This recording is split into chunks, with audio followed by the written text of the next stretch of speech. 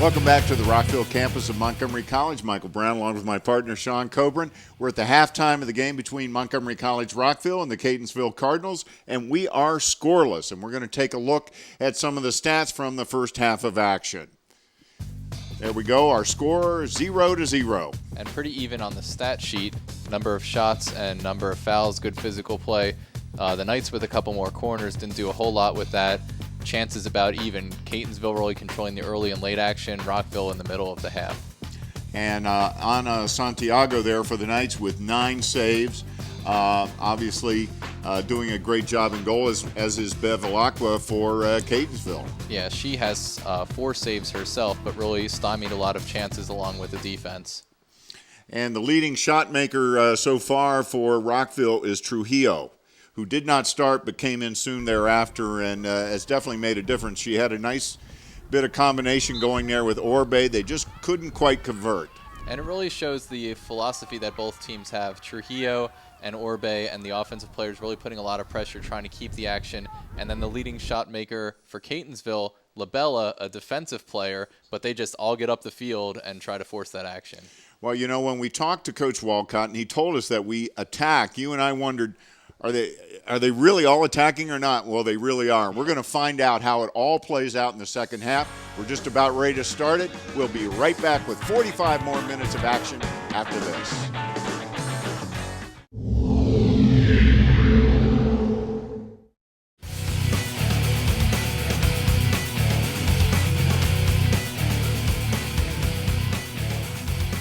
And we're back and just about ready for the start of the second half. Both teams have finished their halftime talks with their coaches. They're back approaching the bench.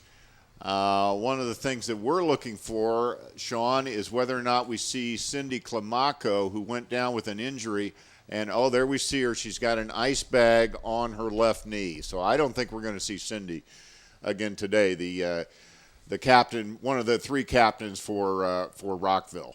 And we saw when Lena Orbe was out for Rockville how much that impacted them. Be interesting to see how much losing Cindy Climaco will impact them as well. But Catonsville playing admirably all game without their top offensive threat, Asia Woodside, who got a red card in last match. That is true. They've been playing, in effect, a person down, even though the numbers are even. Their top offensive threat has not been able to play because of a red card. So they've been affected too. But they are playing very well. Right now, Sean, it is a very, very even match. The only thing that I see that Rockville is doing better is winning the 50-50 balls. I have them at 5-2 on goal kicks, winning the 50-50 balls. But a lot of those were turned around fairly quickly, so that number doesn't speak as highly to who's controlling the action as it might usually. No, there have been some ebbs and flows in this game as far as the momentum goes. Rockville started strong. Catonsville seemed to dominate a good part of the first half. Then it was Rockville again. And the half ended with Catonsville really on the attack there. They had a couple of close ones, a couple of great saves there at the end of the first half by Ana Santiago. And we're underway here. 45 more minutes of action. And the clock has started.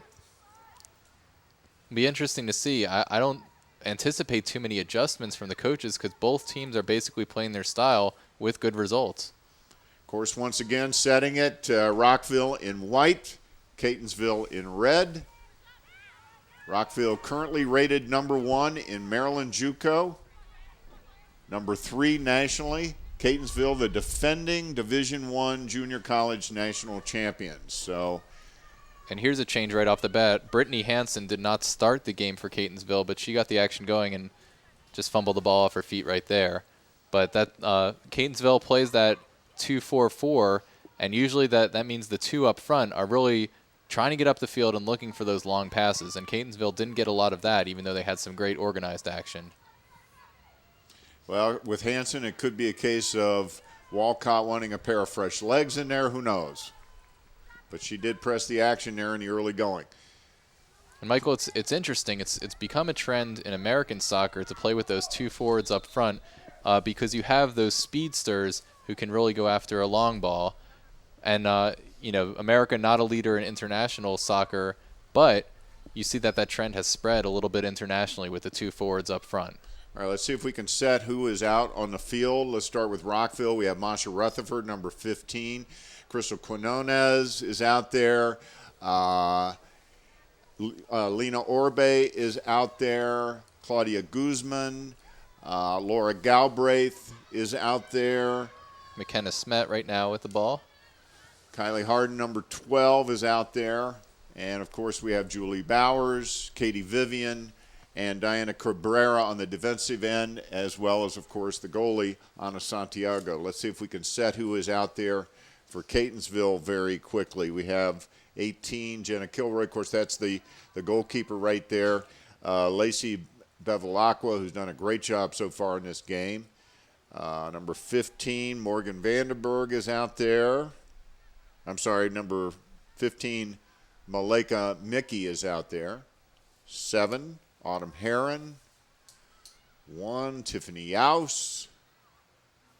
Trying to read the numbers from a long distance. Looks like Vandenberg is back out there, 14. So we essentially have the same starters we did, with, of course, the exception of Cindy Climaco for Rockville, who is out with an apparent knee injury. And then Brittany Hansen up front for Catonsville, looking to get things going.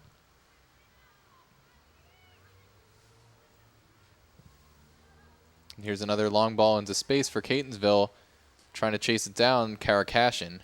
Ooh, big collision there as Julie Bowers just absolutely hustles her.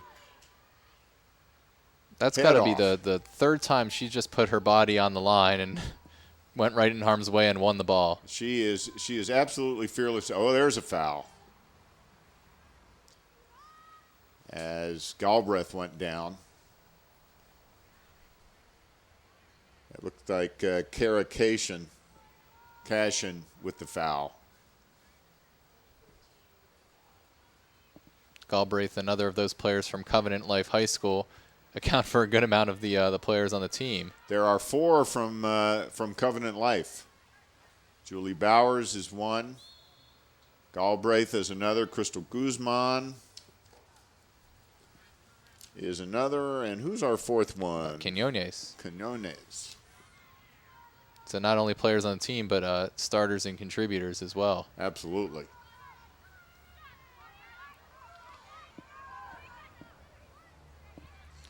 And there's Kylie Harden up the side.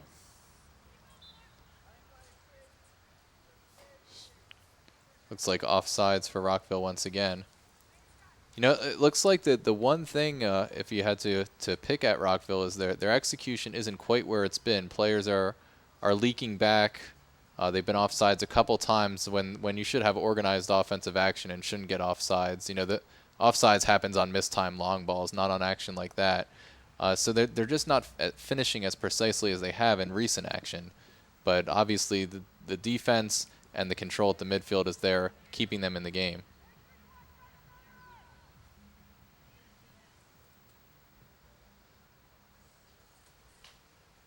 So a change of possession there. Rockville takes over. It'll be another throw in. Galbraith throwing it in, Laura Galbraith. She is a kinesiology major, wants to get a master's someday in physical therapy. She can practice on her poor teammates after the game. A little bit of injury issues today. Unfortunately so for Rockville. And you know, Sean, while we have this opportunity, we'd like to mention that this game that we're watching right now is also available for viewing on the Montgomery College channel on YouTube. That's right. You can watch Montgomery College television programs on YouTube. Wait a minute. We're going to see if we get a goal here. There's Guzman with an opportunity. There's the shot. Oh, great save, great head save there by Catonsville. So good opportunity there for Rockville, but they came up empty-handed, and we're going to get another look at it. Guzman, pretty good pace on the ball. And luckily for Bevilacqua, she had a fellow defender back there. Looks like that was Maleka Mickey getting all the way back from the forward position to step up and head that ball out.